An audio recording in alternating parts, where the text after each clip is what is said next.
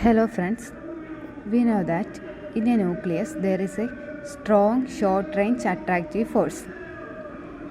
For a strong binding between nucleons inside a static nucleus, there has to be mutual interaction between neutrons and protons. There could be three types of such interactions, namely an interaction between a neutron and a proton, between a proton and a proton, and between a neutron and a neutron. Here we go through neutron-proton scattering at low. There is two kinds of reactions can be involved in neutron-proton interaction. One scattering and other radioactive capture. The latter has low probability and cross-section for high-energy neutrons. As cross-section for competing radioactive capture reaction decreases with 1 by v. Here v is neutron velocity. Protons are bound inside the nucleus and average binding energy is 0.1 electron volt. The neutron energy is 71 electron volt. The protons are assumed to be free and this sets a lower limit to neutron energy. In the center of mass system, Schrödinger equation for two body, that is neutron-proton system, then the equation becomes del square psi plus m divided by h cut square into E minus V of r into psi is equal to 0. This is the equation number 1. Here, the capital M is the 2 into reduced mass of the system, that is 2n, or proton or neutron mass. Where E is the incident kinetic energy in center of mass system, then V of r is the interneutron potential energy. At large distance from the center of scattering, the solution of this equation is expected to form psi is equal to e raised to I kz plus e raised to I kr divided by r into f of theta. This is the equation number 2. Here, e raised to I kz represents the plane wave describing the incident beam moving in the z direction towards the origin, that is, in the direction of scattered center. The second term represents the scattered wave. F of theta is the scattering amplitude in the direction theta. In case of spherical symmetric potential, phi is equal to 0. The volume of spherical shell between r and r plus dr is 4 pi r square dr. To compute the differential scattering cross-section, we must find the number of particles dn scattered in unity time by one target nucleus into a solid angle d omega and the incident flux f. If r is the speed of incoming particles with respect to scatterer. To compute the differential scattering cross-section, we must find the number of particles dn. Incoming flux of particles f is equal to psi in star v. Then similarly, dn is equal to the flux of scattered particles psi sc star v.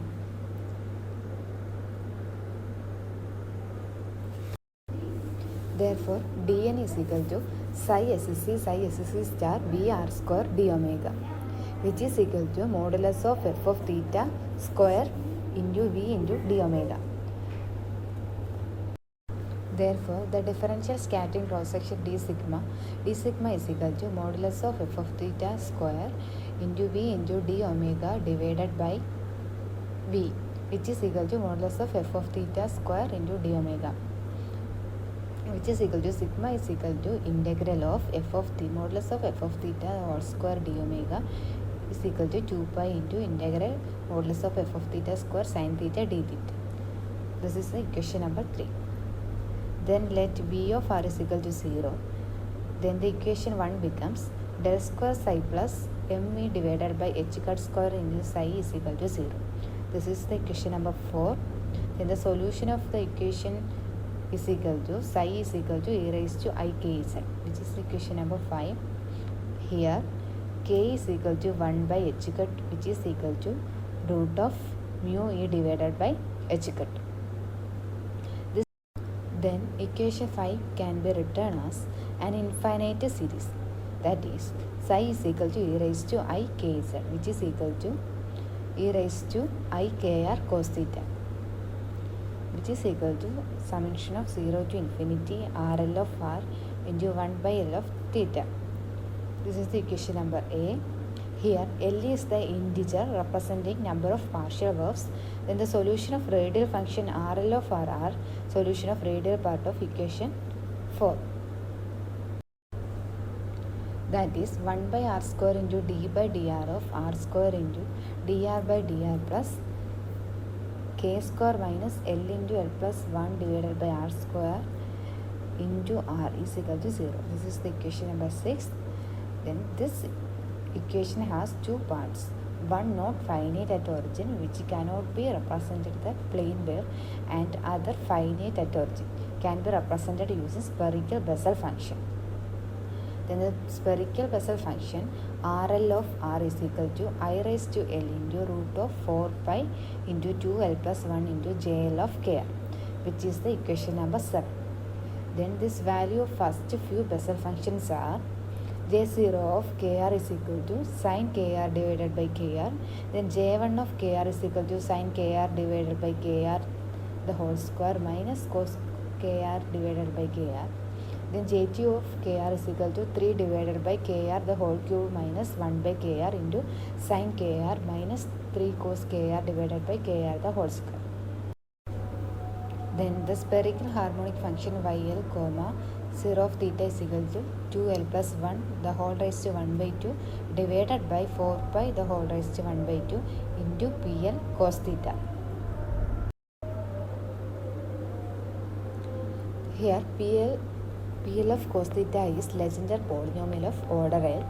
Then the square of spherical harmonic function gives the angular dependence of probability density. Then P0 of cos theta is equal to 1, P1 of cos theta is equal to cos theta, then P2 of cos theta is equal to 1 by 2 into 3 cos square theta minus 1. In the absence of scattering potential, equation A can also be written as psi is equal to R0 of R, Y0, comma 0 of theta plus summation of L is equal to 1 to infinity, RL of R, YL, comma 0 of R, which is equal to sin KR divided by KR plus e raised to I KZ minus sin KR divided by KR.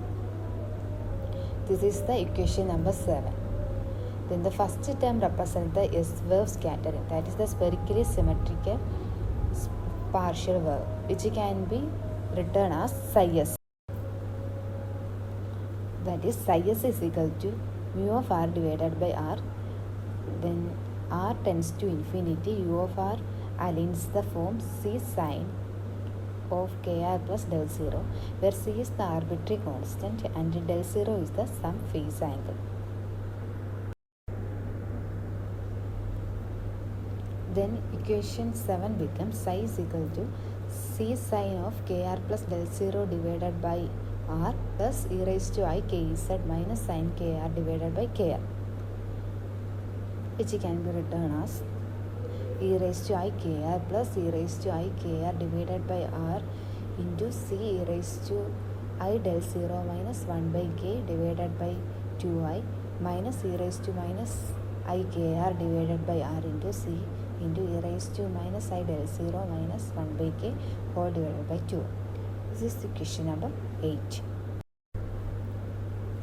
The scattered wave e raised to minus I KR must contain no incoming waves. Therefore, we can write the coefficient of e raised to minus KR as 0. That is, C into e raised to minus del 0 minus 1 by K is equal to 0, or C is equal to 1 by K into e raised to I del 0, which is the equation number 9. Hence, from equation 8, substituting the value of C, then we get psi is equal to e raised to I KZ plus e raised to I KR divided by R into 1 by K into e raised to I del 0 into e raised to I del 0 minus 1 by K divided by 2I plus 0, which is equal to psi is equal to e raised to I KZ plus e raised to I KR divided by R into e raised to 2I del 0 minus 1 divided by 2IK, which is equation number 10. Comparing equation 10 and 2, then we get f of theta is equal to e raised to 2I del 0 minus 1 divided by 2IK, which is equal to e raised to I del 0 divided by k into e raised to I del 0 minus e raised to minus I del 0 divided by 2i. That is f of theta is equal to e raised to I del 0 divided by k into sine del 0, which is equation number 11. Then the total elastic scattering cross section in equation 3, sigma 0 is equal to 2 pi into integral 0 to pi sine square del 0 divided by k square into sine theta d theta, which is equal to 2 pi into sine square del 0 into 2 divided by k square. That is sigma 0 is equal to 4 pi divided by k square into sine square del 0. We know that k is equal to 1 by lambda. Then we get sigma 0 is equal to 4 pi lambda square sine square del 0, which is the equation number 12. The analysis here is considered when L is equal to 0 scattering, considering the orbital angular momentum. That is, when L is equal to 0, then sigma L is equal to 4 pi lambda square into 2L plus 1 into sine square del L, which is the equation number 13.